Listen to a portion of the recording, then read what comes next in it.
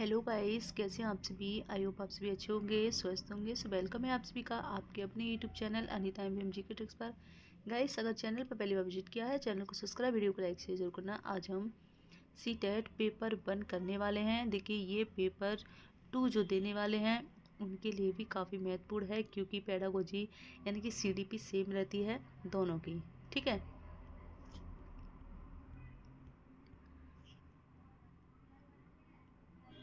पहला प्रश्न है, जीन प्याजे के अनुसार बच्चे, यानी कि अकॉर्डिंग टू जीन प्याजे चिल्ड्रन। पहला ऑप्शन है इसमें, ज्ञान को सक्रिय रूप से संरक्षित करते हैं जैसे जैसे वे दुनिया में व्यवहार कौशल का प्रयोग करते हैं तथा अन्वेषण करते हैं।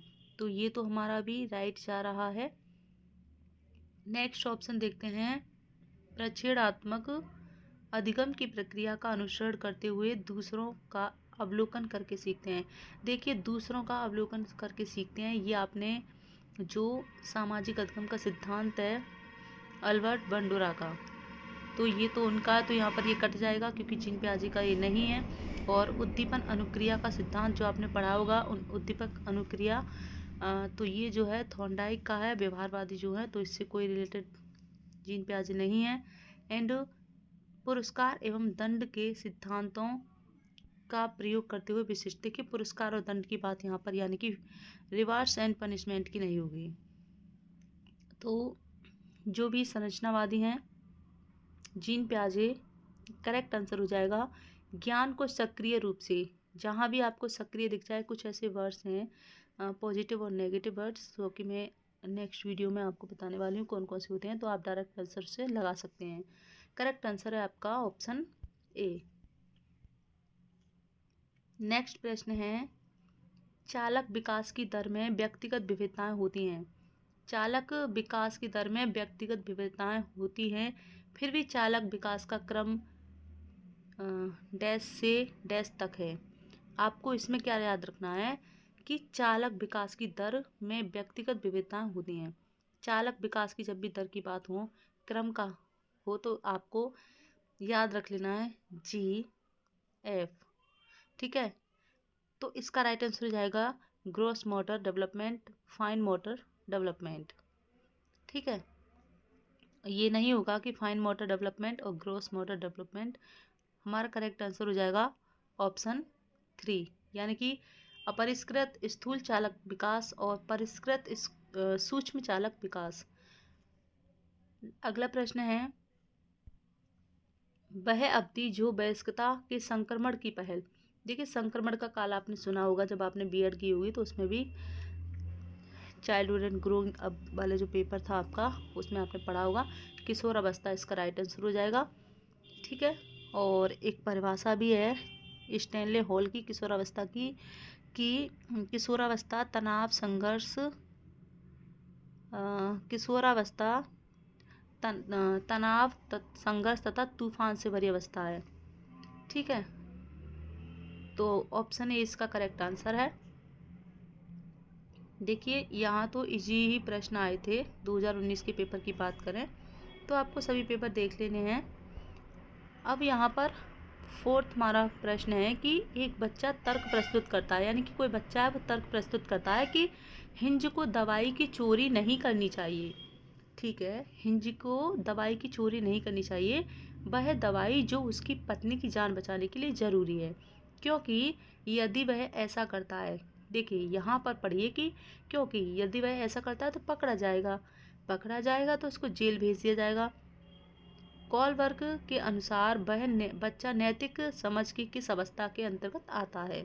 ओके, तो ये प्रश्न हमारा कहना चाह रहा है, यहाँ पर ये जरूरी नहीं है, ये देखिए कि अगर यदि वह ऐसा करता है तो उसे पकड़ा जाएगा, यानी कि वह पकड़ा जाएगा, यानी कि उसको दंड की, यानी कि जो दंड मिलेगा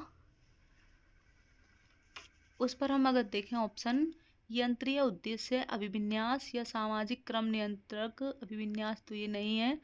बाकी दंड एवं आज्ञा पालन अभिविन्यास, तो यहाँ पर उसको दंड का दर है, अगर वह पकड़ा जाएगा तो जेल भेज दिया जाएगा। ऑप्शन हमारा करेक्ट आंसर है 3। ठीक है,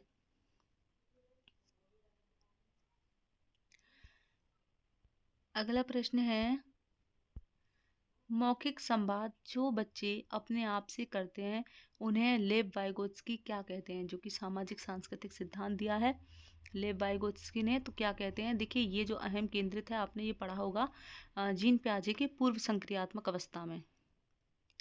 ठीक है, जो कि दूसरी थी 2 से 7। तो ये इसकी बात हम नहीं करेंगे, ये तुम्हारा कट जाएगा। अब ये जो है, देखिए मौखिक संवाद जो बच्चे अपने आप से करते हैं, यानी कि अगर आप कोई काम कर रहे हैं, जैसे चलिए छोड़िए, ये देखिए कि आपको कॉलेज नहीं जाना है, यानी तो आप कहें, आप खुद से बात करेंगे कि ये कल कॉलेज जाऊं या ना जाऊं। तो ऐसे ही जो खुद से बात करते हैं, यानी कि अपने आप से बात करते हैं, तो क्या होता है, ये व्यक्तिगत वार्ता होती है। क्या होती है, व्यक्तिगत वार्ता होती है। ठीक है, या फिर आप कपड़े की घड़ी बना रहे हैं, तो फिर आप खुद से बात कर रहे हैं, बर्तन साफ करते हुए लड़कियां अक्सर बात करती हैं, खुद से खुद गुनगुनाती रहती हैं कुछ ना कुछ। तो ये क्या होता है, व्यक्तिगत वार्ता होती है। मौखिक संवाद जो बच्चे अपने आप से हाँ, अपने आप से बात करते हैं, यानी कि अपने आप से संवाद करते हैं। तो हमारा इसका राइट आंसर रहेगा व्यक्तिगत वार्ता। अगला है कि खिलौने, पहनावे की वस्तुएं, घरेलू सामग्रियां, व्यवसायों एवं रंगों को विशिष्ट लिंग के साथ संबंधित करना क्या प्रदर्शित करता है। देखिए खिलौना, आपने देखा होगा लड़कियां जो हैं क्या करती हैं, गुड़िया से खेलती हैं, और लड़के गन से। और पहनावे में देखा जाए तो लड़कियां सूट सलवार पहनती हैं, अब तो बहुत कुछ पहनती हैं। ठीक है, और लड़के पैंट शर्ट पहनते हैं। अगर रंग की बात की जाए तो लड़कियों को बेसिकली पिंक कलर बताया जाता है, और लड़कों का ब्लू ब्लैक होता है। तो ये क्या होता है, ये जेंडर रूढ़िवादिता होती है, यानी कि पहले से एक सोच बनी हुई है।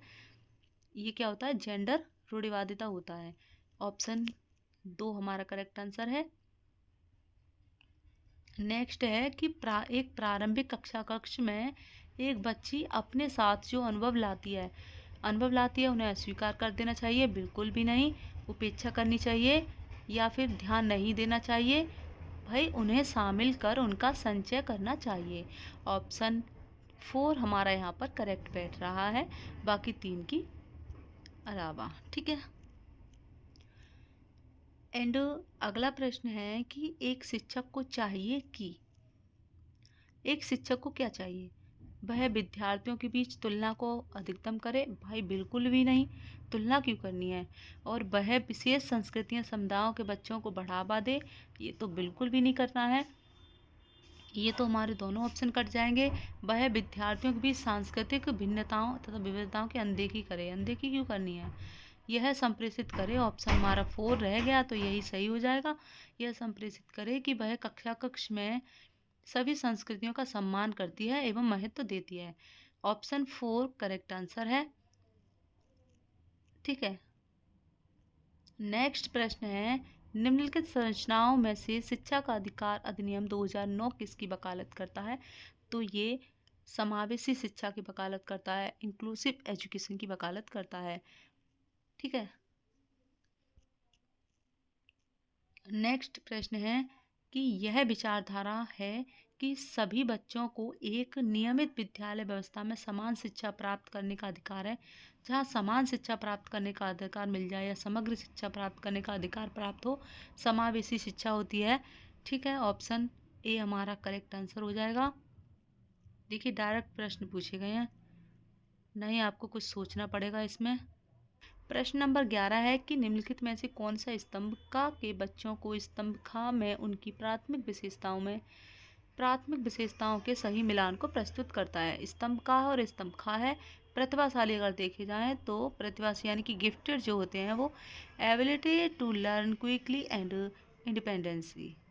ऑप्शन हमारा डी किस में मिल रहा है, तो डी तो भाई बहुत 3 में दे रखा है, तो फिर और देखना पड़ेगा। अधिगम असक्ता, तो इसमें ये धारा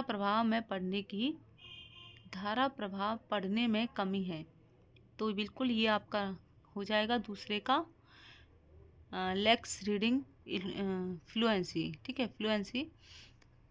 तो इसमें क्या मिल रहा है, 2 में दूसरे का हो जाएगा, क्योंकि ये तो इसी में है सिर्फ और सिर्फ। और बाकी सृजनात्मकता की देखेंगे तो ये मूल समाधानों के बारे में सोच सकता है, और अवधान कमी, अति सक्रियता, व्यतिक्रम, शीघ्रता से एवं स्वतंत्र रूप से सीखने की योग्यता। ऑप्शन 2 हमारा करेक्ट आंसर है इसका। ज़्यादा पढ़ेंगे नहीं इसके बारे में क्योंकि हम पढ़ चुके हैं अभी, ठीक है। बच्चे प्रभावी रूप से सीखते हैं कब सीखते हैं? शिक्षक कक्षा में होने वाली सभी घटनाओं व बच्चों को पूर्ण रूप से नियंत्रित करता। भाई क्यों करना नियंत्रित? वे पाठ्य पुस्तक में दिए गए तथ्यों को याद करना ही नहीं है, ठीक है। और वे श्यामपट्ट पर अध्यापक द्वारा लिखे गए उत्तरों की नकल करनी नहीं है। वे विभिन्न गतिविधियों, यहाँ पर भी आपको गतिविधि दिख जाए और सक्रिय रूप दिख जाए, आपको पॉजिटिव मानकर इसको तुरंत आपको टिक कर देना है। ऑप्शन 4 आपका करेक्ट आंसर है। ज़्यादा आपको पढ़ने की जरूरत नहीं है इसमें, ठीक है। बच्चों को कक्षा में प्रश्न पूछने के लिए प्रेरित करना चाहिए। बिल्कुल यहाँ पर है। हतोत्साहित क्यों करना भैया? हतोत्साहित नहीं करना है, बच्चे को पूछने की अनुमति नहीं देनी चाहिए। क्यों नहीं देनी चाहिए? पूछने से रोकना चाहिए। भाई क्यों रोकना चाहिए? पूछने से हमारा करेक्ट आंसर हो जाएगा ऑप्शन ए, जो कि हमको पहले ही मिल चुका है, ठीक है। नेक्स्ट है, निम्नलिखित में से कौन सी एक मुख्य प्रक्रिया नहीं है जिसके द्वारा सार्थक अधिगम घटित होता है? नहीं है, ठीक है। नहीं है तो कंठस्थीकरण एवं स्मरण, पुनरावृत्ति एवं अभ्यास, निर्देश एवं संचालन, अन्वेषण एवं पारस्परिक क्रिया। तो ये यहाँ पर तीनों ठीक दिख रहे हैं। बाकी ये जो है कंठस्थीकरण एवं स्मरण नहीं होगा इसका, ठीक है। अगला प्रश्न देखते हैं। 30 प्रश्न है, क्योंकि आपकी CDP 30 नंबर की आती है, 30 प्रश्न होते हैं। और जब ये शिक्षक को विद्यार्थियों एवं उनकी योग्यताओं के बारे में सकारात्मक विश्वास होता है, तब विद्यार्थी किसी भी रूप में प्रभावित नहीं होते। क्यों नहीं होते भाई? का उत्साह भंग हो जाता है? बिल्कुल नहीं। और सीखने के लिए उत्सुक एवं प्रेरित होते रहते हैं। तो यहाँ पर ये हमारा हो सकता है बंद कर देते हैं, यानी कि निश्चिंत हो जाते हैं तथा सीखने के लिए किसी भी तरह का प्रयास करना बंद कर देते हैं। प्रयास बंद नहीं करना है, इसके लिए क्या है, सकारात्मक विश्वास होता है, तब सीखने के लिए उत्सुक एवं प्रेरित होते हैं। ऑप्शन ए हमारा करेक्ट आंसर है, ठीक। अगला प्रश्न है, बच्चों की गलतियां प्रदर्शित करती हैं कि बच्चे कितने लापरवाह हैं। बच्चों की गलतियां नहीं, ये हमारा ठीक नहीं बैठ रहा है। बार बार अभ्यास करने के लिए कह कर तुरंत सुधार। बार बार अभ्यास क्यों कराना है? इसमें अधिगम का एक भाग है। बिल्कुल, जब बच्चा गलती कर रहा है तो वो एक सीखने का ही भाग है, और जब सीखेगा तो गलती करेगा ही, ठीक है। और जो गलती नहीं कर रहा है वो सीख ही नहीं रहा है, ये समझ लेना। उनके विचारों में एक अंतर्दृष्टि देती है, तो यहाँ पर ये ठीक बैठ रहा है। और शिक्षण अधिगम प्रक्रिया महत्वहीन है। महत्वहीन क्यों है? ऑप्शन 3 हमारा मिल चुका है, राइट, ठीक है। अब अगला प्रश्न देखते हैं कि मूल्यांकन को असेसमेंट, ठीक है, यानी कि एक अलग गतिविधि के रूप में लेना चाहिए, या फिर शिक्षण अधिगम प्रक्रिया का एक भाग होना चाहिए। केवल नंबरों के संदर्भ में केवल हटा देना है। वस्तुनिष्ठ प्रकार के लिखित कार्यों के आधार पर होनी चाहिए, नहीं। तो शिक्षण अधिगम प्रक्रिया का एक भाग होना चाहिए, या एक अलग गतिविधि के रूप में लेना चाहिए। तो अलग गतिविधि के रूप में तो इसको नहीं लेंगे हम। हमारा ऑप्शन 2 करेक्ट जाएगा। शिक्षण अधिगम प्रक्रिया का एक भाग होना चाहिए। जो मूल्यांकन है, मूल्यांकन को शिक्षण अधिगम प्रक्रिया का एक भाग होना चाहिए। ऑप्शन 2 करेक्ट आंसर है इसका। नेक्स्ट है, संरचनात्मक दृष्टिकोण के अनुसार अधिगम डैश है। क्या है अधिगम? अधिगम एक सक्रिय एवं सामाजिक प्रक्रिया है। निष्क्रिय जहाँ पर आ जाए आपको तुरंत काट देना है। जानकारी के अर्जन की प्रक्रिया है, बिल्कुल नहीं। और अनुभव के परिणाम, अधिगम के परिणाम के रूप में व्यवहार में एक परिवर्तन होने की प्रक्रिया है।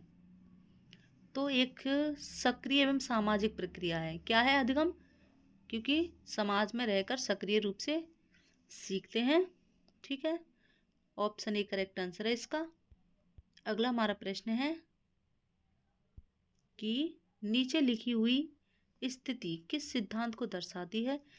जो विद्यार्थी अच्छा प्रदर्शन नहीं कर पाते हैं वे महसूस करते हैं कि वे पर्याप्त रूप से अच्छे नहीं हैं और हतोत्साहित महसूस करते हैं। तब उनमें बिना प्रयास के कार्य को आसानी से छोड़ देने की संभावना है। क्या हो जाएगा इसका? कि संज्ञान एवं संवेग अलग नहीं है। संज्ञान एवं संवेग संबंधित नहीं है, या फिर आनुवंशिकता एवं, यहाँ पर देखिए इसकी तो बात हो ही नहीं रही है, ना ही इसकी बात हो रही है। ठीक है, अब बात हो रही है ये दो में से हमारा कोई एक है कि संज्ञान एवं संवेग अलग नहीं है या संज्ञान एवं संवेग संबंधित नहीं है। हमारा करेक्ट आंसर हो जाएगा कि संज्ञान एवं संवेग अलग नहीं है। ठीक है, संज्ञान एवं संवेग अलग नहीं है। ऑप्शन ए हमारा इसमें करेक्ट आंसर हो जाएगा। ठीक है, बाकी अगला प्रश्न देखते हैं कि एक शिक्षक बच्चों को प्रभावी रूप से समस्या का समाधान करने में सक्षम बनने के लिए किस तरह से प्रोत्साहित कर सकती है? किस तरह से कर सकती है? तो पाठ्यपुस्तक के सभी प्रश्नों के व्यवस्थित तरीके से समाधान लिखकर, भैया समाधान तो तुम पहले ही लिख देते हो, तो इससे नहीं। पाठ्यपुस्तक से एक ही प्रकार के प्रश्नों के उत्तर अभ्यास करने के लिए पर्याप्त मात्रा में अवसर प्रदान करके, बिल्कुल भी नहीं। पाठ्यपुस्तक में दी गई सूचनाओं के कंठस्थीकरण करने पर बल देकर, बिल्कुल नहीं। एक ही बचा है कि बच्चों को समस्या के बारे में सहजानुभूत अनुमान लगाने एवं बहु विकल्पों को देखने के लिए प्रोत्साहित करके, बिल्कुल अनुमान लगाएगा बच्चा अगर कोई भी समस्या है समाधान करने के लिए। ठीक है, अगला प्रश्न है कि वह विधियां जिनके प्रयोग में विद्यार्थियों की स्वयं पहल एवं प्रयास शामिल है। स्वयं पहल, ठीक है, यहाँ से समझिए स्वयं पहल एवं प्रयास शामिल है। निम्नलिखित में से किसका उदाहरण है? अंतर्वैयक्तिक बुद्धि या निगमनात्मक विधि, अधिगमकर्ता केंद्रित विधि, परंपरागत विधि। ट्रेडिशनल तो ये होगी नहीं, और ये हमारा करेक्ट आंसर होगा इसका ऑप्शन 3, स्वयं पहल कर रहा है, यानी कि अधिगमकर्ता केंद्रित विधि है ये। ठीक, आई होप आप सभी को समझ आ गया होगा। अगला प्रश्न है कि बुद्धि के बारे में निम्नलिखित में से, यानी कि बुद्धि के बारे में निम्नलिखित कथनों में से कौन सा सही है? बुद्धि के बारे में कौन सा सही है? बुद्धि अभिसारी रूप से सोचने की योग्यता है, बिल्कुल भी नहीं। और बुद्धि अनुभव के परिणाम के रूप में व्यवहार में एक अपेक्षाकृत स्थायी परिवर्तन है, ये भी हमारा थोड़ा देखते हैं अभी अगला। बुद्धि एक आनुवंशिक विशेषक है जिसमें मानसिक गतिविधियां जैसे स्मरण तर्क शामिल होती हैं। बुद्धि बहुआयामी है जिसमें बुद्धि परीक्षणों द्वारा पूर्ण रूप से परिमेय न की जाने वाली कई योग्यताएं शामिल हैं। करेक्ट आंसर है हमारा ऑप्शन 4 कि बुद्धि बहुआयामी है। ठीक है, ऑप्शन 4 इसका करेक्ट आंसर है।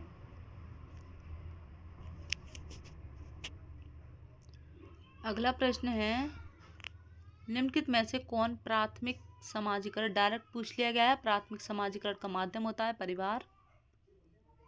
ठीक है, परिवार इसका करेक्ट आंसर है।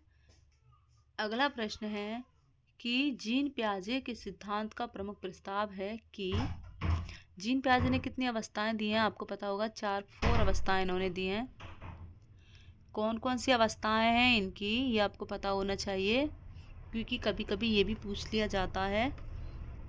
ठीक है, एक हमारी है संवेदी गामक या संवेदी प्रेरक भी कहते हैं इसको। ठीक है, संवेदी गामक जो कि 0 से 2 मानी गई है। पूर्व संक्रियात्मक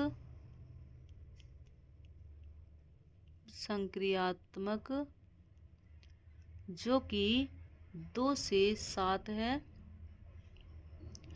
ठीक है, मूर्त संक्रियात्मक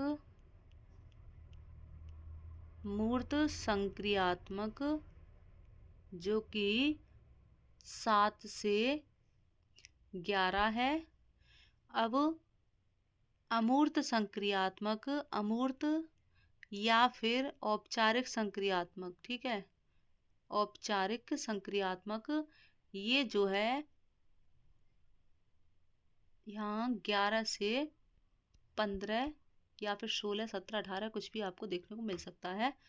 तो ये 4 अवस्थाएं दी हैं जीन पियाजे ने। यहाँ पर हमारा प्रश्न है कि जीन पियाजे के सिद्धांत का प्रमुख प्रस्ताव है कि बच्चों की सोच वयस्कों से निम्न होती है। ऐसा नहीं कह सकते हम कि निम्न होती है। बच्चों की सोच वयस्कों से बेहतर होती है, ये भी नहीं कह सकते कि बेहतर होती है। बच्चों की सोच मात्रात्मक रूप में वयस्कों से भिन्न होती है, या फिर बच्चों की सोच गुणात्मक रूप में वयस्कों से भिन्न होती है। तो ये हम कह सकते हैं कि बच्चों की सोच गुणात्मक रूप से भिन्न होती है। ऑप्शन 4 हमारा यहाँ पर करेक्ट आंसर हो जाएगा। ठीक है, ये देखिए डायरेक्ट पूछ लिया गया है, कुछ भी नहीं है यहाँ पर, डायरेक्ट ये पूछा गया है कि जेंडर क्या है। आपको यहाँ पर भी देख लेना होगा। आपको जब भी ये वाला प्रश्न आए तो इंग्लिश में जाना होगा। कभी कभी यहाँ पर सेक्स भी लिखा होता है। तो जेंडर पूछा गया, तो जेंडर क्या है? एक सामाजिक संरचना है। जेंडर क्या है? जेंडर एक सामाजिक संरचना है। और अगर सेक्स पूछा जाता तो ये बायोलॉजिकल हो जाता। ठीक है, तो आपको ऐसे जब भी प्रश्न पूछा जाए तो इंग्लिश में जाना होगा। जेंडर क्या है? सामाजिक संरचना है। अगला हमारा प्रश्न है, निम्नलिखित में से कौन विकास के व्यापक आयामों की सही पहचान करता है? कौन करता है? तो शारीरिक, संज्ञानात्मक, सामाजिक और संवेगात्मक, 4 हैं ये आयाम जो कि आपको पता होने चाहिए। ठीक है,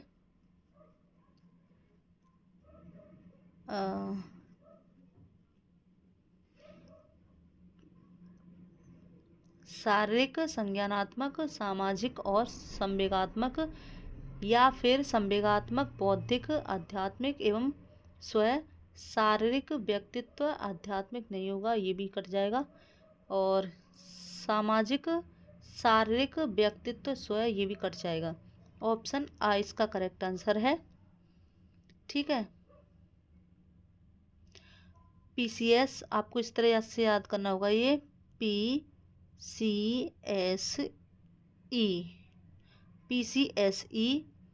ठीक है, यानी कि physical, cognitive, social and emotional. PCSE Hindi में न जाकर आप इंग्लिश में भी जा सकते हैं। कुछ प्रश्नों में इंग्लिश की तरफ भी आप निगाह कर लीजिएगा, वरना आप पेपर देने के बाद कहेंगे कि हम थोड़ा इंग्लिश की तरफ नज़र नहीं कर पाए। ठीक है, पता होगा आपको PCSE। अगला हमारा प्रश्न है, बच्चों और उनके अधिगम के संदर्भ में निम्नलिखित कथनों में से कौन सा सही है? कौन सा सही है? सभी बच्चे सीखने के लिए स्वाभाविक रूप से प्रेरित होते हैं तथा सीखने में सभी क्यों कह सकते हैं यहाँ पर हम स्वाभाविक रूप से। अगला देखते हैं, बच्चों को सीखने के लिए अभिप्रेरणा तथा सीखने के लिए उनकी सक्षमता केवल आनुवंशिकता। केवल जहाँ लग जाए तुरंत कट कर देना है आपको। और बच्चों की सामाजिक आर्थिक पृष्ठभूमि उनकी प्रेरणा एवं अधिगम सक्षमता को निर्धारित व सीमित करती है। सीमित नहीं करना है यहाँ पर। और बच्चों को अधिगम हेतु प्रेरित करने के लिए उन्हें पुरस्कृत एवं दंडित करना होता है। नहीं, यहाँ पर हमको पुरस्कृत एवं दंडित भी नहीं करना होगा, ये हमको काट देना है इसका। सभी बच्चे सीखने के लिए स्वाभाविक रूप से प्रेरित होते हैं तथा सीखने में सक्षम होते हैं। आंसर हो जाएगा।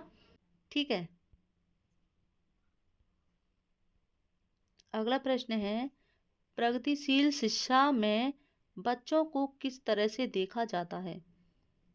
बच्चों को सक्रिय अन्वेषकों के रूप में। ठीक है, निष्क्रिय काट दीजिए, ये भी काट दीजिए, खाली स्लेट के रूप में देखना ही नहीं है। हमारा ऑप्शन मिल चुका है, ऑप्शन 3। लेव वाइगोत्स्की के अनुसार अधिगम एक सामाजिक गतिविधि है, निष्क्रिय करनी नहीं है, अनुबंधित है नहीं है, और ये हमारी सामाजिक है। ठीक है,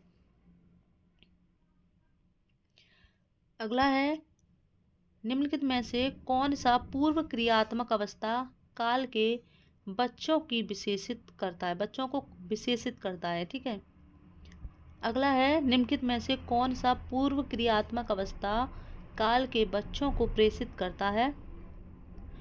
विचारों की अनुत्क्रमणीयता, या फिर विलंबित अनुकरण, लक्ष्य निर्देशित व्यवहार, वर्तुल प्रतिक्रिया। पूर्व क्रियात्मक पूछी जा रही है यहाँ पर। करेक्ट आंसर हो जाएगा विचारों की अनुत्क्रमणीयता। ठीक है, सो 30 प्रश्न हमारे यहाँ पर कंप्लीट हो चुके हैं। अगर आपको वीडियो थोड़ी सी भी अच्छी लगी हो तो लाइक शेयर जरूर करना। ठीक है, नेक्स्ट हम पेपर 2 का लेके आएंगे। ठीक है, पेपर 2 का लेके आएंगे। ये पेपर 1 का था, लेकिन ये पेपर 2 वाले भी देख लेना, क्योंकि काफ़ी आपको हेल्प मिलेगी इससे, क्योंकि ये CDP है। पेपर 1 पेपर 2 कुछ नहीं होता है, सब सेम होती हैं, CDP। ठीक है, मिलते हैं नेक्स्ट वीडियो में।